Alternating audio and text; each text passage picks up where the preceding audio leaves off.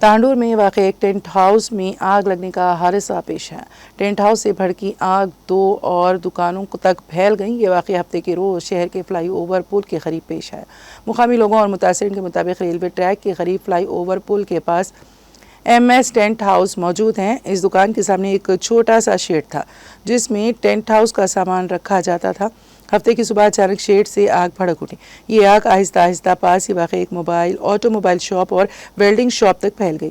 مقامی لوگوں نے فوراً فائر اسٹیشن کے حکام کو اطلاع دی۔ اطلاع ملتے ہی فائر عملہ موقع پر پہنچا اور آگ پر قابو پا لیا۔ تب تک ٹینٹ ہاؤس کا سارا سامان جل کر خاکستر ہو چکا تھا۔